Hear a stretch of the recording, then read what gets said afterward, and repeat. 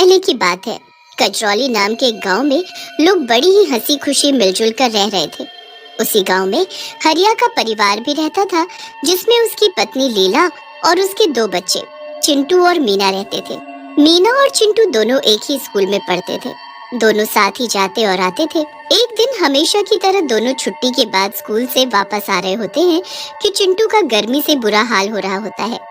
आज कितनी गर्मी है दीदी, मुझसे तो इस कड़कती धूप में जरा भी चला नहीं जा रहा। गर्मी तो मुझे भी लग रही है, पर हम कर भी क्या सकते हैं। बस जल्दी जल्दी चलते हैं ताकि घर भी जल्दी से पहुंच सके।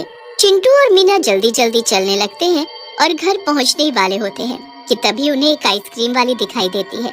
आइसक्रीम ले लो, आइसक्रीम, रंग बिरंगी मीठी मीठी ठंडी ठंडी आइसक्रीम ले लो।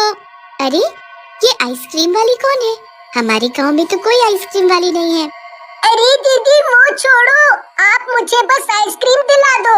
अरे पर मेरे पास पैसे नहीं है, तो मैं तुम्हें कैसे आइसक्रीम दिला दूं? नहीं नहीं, मुझे भी आइसक्रीम चाहिए। मुझे नहीं पता, मुझे आइसक्रीम खानी है। अरे बेटा क्या हुआ, क्यों रो रहे हो?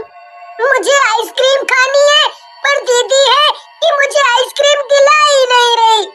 अरे आंटी मेरे पास पैसे ही नहीं है, ये है कि समझने को तैयार ही नहीं है। अरे बेटा तो क्या हुआ, तुम मेरे बच्चे जैसे ही तो हो। आओ और आइसक्रीम खा लो, मुझे पैसे नहीं चाहिए। इतना सुनते ही चिंटू खुशी से आइसक्रीम वाली के पास भागता है और रंग बिरंगी आइसक्रीम देखने लगता है। चिंटू माँ बहुत गुस्सा करेगी, मैं बता रही हूँ। ऐसे कभी किसी से बिना पैसे के कुछ नहीं लेना चाहिए। चिंटू अपनी बहन मीना की एक बात नहीं सुनता और लाल रंग की आइसक्रीम हाथ में लेकर उसे खाना शुरू कर देता है।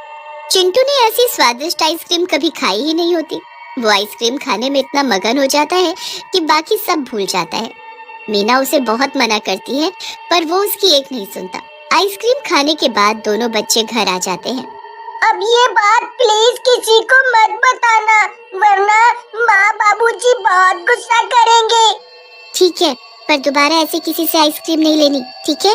रात को दोनों बच्चे सो जाते हैं।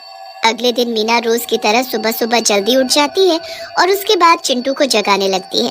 उठो चिंटू, कितनी देर हो गई है, जल्दी उठो और नहाओ, स्कूल के लिए देर हो रही है। मीना चिंटू को बहुत उठाती है, पर वो उठता ही नहीं है। उसके बाद मीना गुस्से में चिंटू की चादर उसके मुंह से हटा देती है, तो उसका चेहरा देखकर घबरा जाती है। चिंटू का चेहरा एकदम लाल हो रखा होता है। मीना जोर से चिल्लाती है, माँ बाबा जल्दी आओ, ये देखो चिंटू को क्या हो गया। मीना की आवाज सुनकर उसके माँ बाबा वहाँ दौड़े चले आते हैं और वो भी चिंटू की हालत देखकर घबरा जाते हैं। किसी को कुछ समझ ही नहीं आ रहा होता कि आखिर चिंटू को हुआ तो क्या हुआ। उसके बाद चिंटू के बाबूजी चिंटू को गोद में उठाकर डॉक्टर के पास ले जाने लगते हैं, तो चिंटू का शरीर बर्फ की तरह ठंडा होने की वजह से वो उसे उठा भी नहीं पाते। हे भगवान, ये तो बर्फ जैसा जम रहा है। क्या हो गया आखिर हमारे बच्चे को? ये कौन सी नई बीमारी लग गई? वो लोग जैसे तैसे चिंटू को डॉक्टर के पास लेकर पहुंचते हैं, तो डॉक्टर को भी समझ नहीं आता कि आखिर चिंटू को कौन सी बीमारी हुई है। शरीर का इस तरह लाल पड़ जाना और इतना ठंडा हो जाना मुझे तो समझ नहीं आ रहा। ये कौन सी बीमारी है? मैंने आज तक न ऐसी कोई बीमारी देखी और न कभी इसके बारे में सुना। चिंटू के माँ बाबा चिंटू को घर ले आते हैं और उसकी घर में ही देखभाल करने लगते हैं। 2-4 दिन ऐसे ही निकल जाते हैं। फिर मीना अकेले ही स्कूल जाना शुरू कर देती है। स्कूल से आते वक्त उसे वही आइसक्रीम वाली आइसक्रीम बेचती दिखती है। मीना उस आइसक्रीम वाली को देखती रहती है। उस आइसक्रीम वाली के पास कुछ गरीब बच्चे खड़े होते हैं, जिनको वो उनकी पसंदीदा आइसक्रीम दे रही होती है। बताओ बेटा, तुम्हें कौन सी आइसक्रीम चाहिए? मीना जब भी छुट्टी के वक्त स्कूल से बाहर आती, तभी उसे वो आइसक्रीम वाली वहीं खड़ी दिखती। पर अजीब बात तो ये थी कि कभी वो बच्चों से आइसक्रीम के पैसे ही नहीं लेती थी। वो हमेशा ऐसे ही बच्चों को आइसक्रीम दे दिया करती थी। एक दिन की बात है, जब मीना स्कूल से घर पहुंची ही होती है कि वो देखती है उसके साथ वाले घर में रहने वाला राजू नाम का एक बच्चा बड़ी ही रंग बिरंगी आइसक्रीम खा रहा होता है। अरे वाह राजू, तेरी आइसक्रीम तो बड़ी सुंदर है। हाँ दीदी, देखो देखो कितनी सुंदर है। अगले दिन सुबह सुबह जब मीना सो रही होती है, तो उसे साथ वाले घर से कुछ लोगों के रोने की आवाज आती है। मीना और उसके माँ बाबा उठकर बाहर जाकर देखते हैं। वो लोग घर के अंदर जाते हैं तो वहाँ राजू बिस्तर पर पड़ा होता है। और उसके माँ बाबा बुरी तरह रो रहे होते हैं। हाय, मेरे बच्चे को क्या हो गया? क्या हुआ भाभी? जब मीना और उसके माँ बाबा राजू की शक्ल देखते हैं तो हक्के बक्के रह जाते हैं। राजू का शरीर रंग बिरंगा हो रखा होता है। हे भगवान, ये तो चिंटू जैसा हो गया। वही तो, तुम्हारा बेटा भी अभी तक ठीक नहीं हुआ कि अब मेरा राजू भी ऐसा हो जाएगा। नहीं नहीं बहन, तुम ऐसे हिम्मत मत हारो, हम कुछ करेंगे। हम अपने बच्चों की हालत ऐसी नहीं होने देंगे। सब राजू को देखने आने लगते हैं, पर मीना के दिमाग में तो उस वक्त कुछ और ही चल रहा होता है। वो अगली सुबह फटाफट स्कूल पहुंचती है और छुट्टी के बाद मीना जल्दी से स्कूल के बाहर जाकर खड़ी हो जाती है। फिर वो उस आइसक्रीम वाली पर पूरी नजर रखती है। वो औरत जैसे ही आइसक्रीम बेचकर बाग के रास्ते कहीं जाने लगती है तो मीना भी उसके पीछे पीछे जाने लगती है। काफी आगे जाने के बाद वो औरत एक झोपड़ी में जाकर घुस जाती है। उसके बाद मीना चुपके से आगे जाती है और झोपड़ी में झांक कर देखती है तो उसके होश उड़ जाते हैं।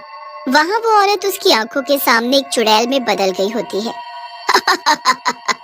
कितना मजा आ रहा है बच्चों को ऐसी हालत में देखकर। हे भगवान, ये तो चुड़ैल है और इसी ने सब बच्चों को आइसक्रीम खिलाकर उनकी ऐसी हालत की है। अब क्या होगा?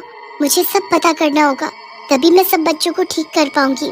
मीना वहीं खड़ी रहकर सब देखती रहती है। चुड़ैल एक जानवर को मारकर उसका खून निकालकर उसमें मंत्र पढ़ने लगती है। मंत्र पढ़ने के बाद वो खून सारी आइसक्रीम पर डाल देती है। हो गई मेरी जादुई आइसक्रीम तैयार।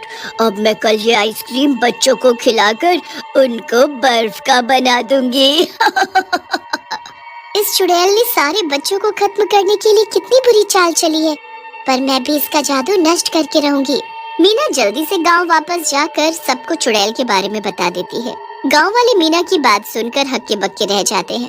फिर वहीं खड़े एक पंडित जी बोलते हैं, इस चुड़ैल को हमें अमावस की रात को खत्म करना होगा। किसी और दिन इसे खत्म नहीं किया जा सकता। ये बस मीना ही कर सकती है, क्योंकि चुड़ैल बच्चों के आसपास ही रहती है और मीना काफी बहादुर भी है। और इसे करना क्या होगा?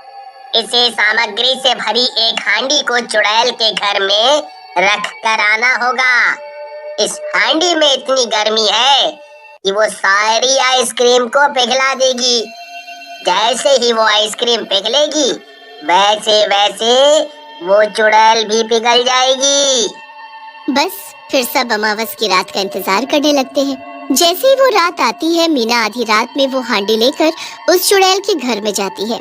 मीना उस हांडी को चुड़ैल के घर में रख तो देती है, पर जैसे ही वो घर से बाहर जाने लगती है, चुड़ैल उसके सामने टकरा जाती है। मीना चुड़ैल को देखकर बहुत ज्यादा घबरा जाती है। तू यहाँ क्या कर रही है? तुझे मेरे घर का कैसे पता लगा? मैंने कुछ नहीं किया, मुझे जाने दो, मुझे जाने दो। ऐसे कैसे जाने दो?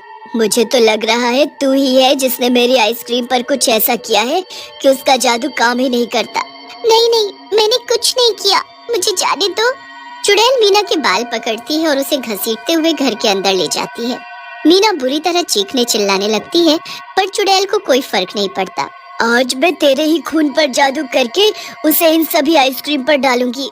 चुड़ैल मीना को एक कोने में बांध देती है। उसके बाद जैसे ही चाकू एकदम पैना हो जाता है, वो खिड़की से आसमान में चांद की तरफ देखकर मुस्कुराती है। आ गया सही वक्त। अब मेरी जादुई आइसक्रीम फिर से अपना कमाल दिखाएगी। बस उस पर एक बार इंसानी खून चढ़ जाए। चुड़ैल हंसती है और चाकू उठाकर मीना की तरफ बढ़ने लगती है। वो जैसे मीना की गर्दन पर वार करती है कि चाकू के साथ उसका हाथ पिघलकर नीचे गिर जाता है। ये क्या हुआ? मेरा हाथ क्या किया है तूने लड़की? जल्दी बता मुझे। चुड़ैल दूसरे हाथ से चाकू उठाती है, पर जैसे ही वो चाकू को हाथ लगाती है कि दूसरा हाथ भी पिघल जाता है। चुड़ैल बुरी तरह चीखने लगती है और अपनी आंखों से खुद के शरीर को पिघलते हुए देखती है। वो बहुत कोशिश करती है, पर उस हांडी की गर्मी से उस चुड़ैल का शरीर पल भर में पिघल जाता है। मीना वहाँ से भागती है और गांव पहुँचती है, तो वहाँ अपने भाई के साथ सभी बच्चों को पहले जैसा ठीक देख खुशी से झूम उठती है। पूरा गांव मीना की बहादुरी की प्रशंसा करता है और फिर बच्चे कभी भी किसी अनजान आइसक्रीम वाली से फ्री की आइसक्रीम या कुछ और नहीं खाते।